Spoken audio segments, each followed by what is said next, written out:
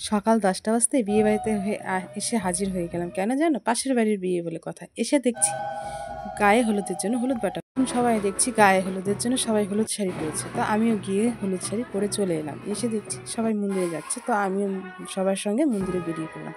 এসে গেছি মন্দিরে। এটা হচ্ছে আমাদের হরি মন্দির, রাধাকৃষ্ণ মন্দির যাকে বলা হয়। এখানে আবার গান চালিয়ে দিয়েছে, পাছাড়ে পাছাড়ে কোকিলা সে সুনো তেরি পাছাড়ে পাছাড়ে পাছাড়ে। আমি গানটা কিন্তু অনেকটাই ভুল বলে ফেলেছি, আমি জানি না, তবু একটু চেষ্টা করলাম তোমাদের একটু শোনাবার জন্য।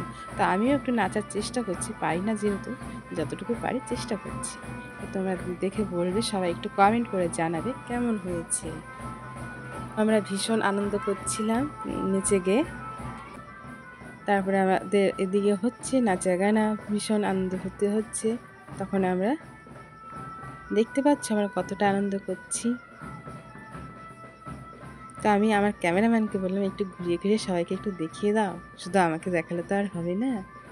তো এগুলো সবাই আমার যে পাড়ার লোকেরা সবাই নাচছে, বৌমা আছে, শাশুড়ি আছে, মেয়ে, নাতনি সবাই মিলে নাচানাচি করছি।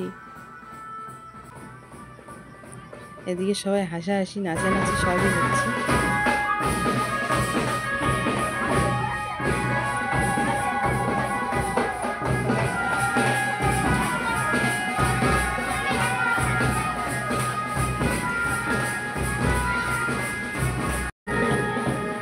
আমি ১৬ পেরিয়ে গেছি, ও বাবু গো ১৬ পেরিয়ে গেছি। অবশেষে আমার ১৬তে পেরিয়ে গেছি কবে? আমি এখন ৩০ বছরের বুড়ি। অ্যাকচুয়ালি আমি একটু মজা করছিলাম, তোমরা কেউ কিছু মাইন্ড করবে না তো। কেমন হচ্ছে বলবে। ১৬ পেরিয়ে গেছি, ও বাবু গো ১৬ পেরিয়ে গেছি। আমি কিন্তু গান ঠিকঠাক জানি না, ভুল ভ্রান্তি করছি। সবাই একটু কমেন্ট করে ভুল হলে জানিয়ে দেবো, ঠিক আছে? তো কেমন নাচছি সবাই একটু কমেন্ট করে জানাবে।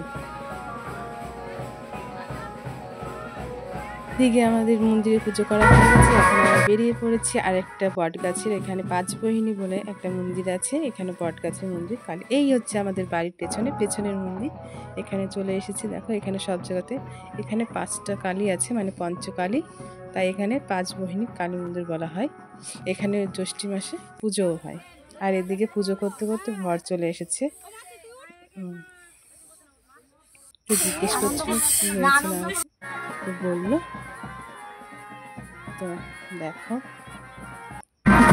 আর এখানে সব ঠিকঠাক হয়ে যায়।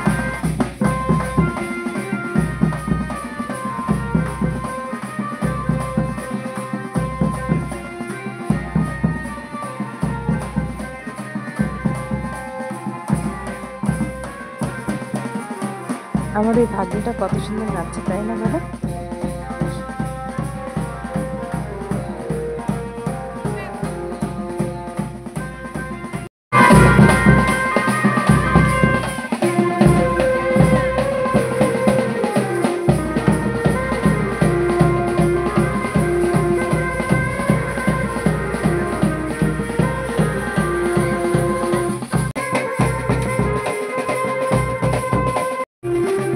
কমলায় নৃত্য করে থমকিয়া থমকিয়া।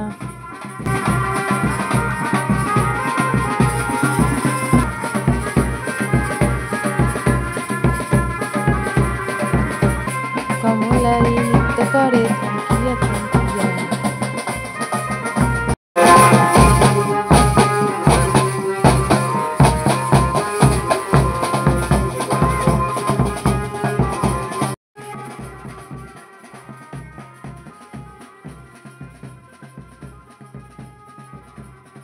এখানে হচ্ছে আমাদের বাড়ির পাশে আরেকটা বাড়িতে মন্দির আছে মা মনসার, সেখানে তেলপান দিতে এসেছে।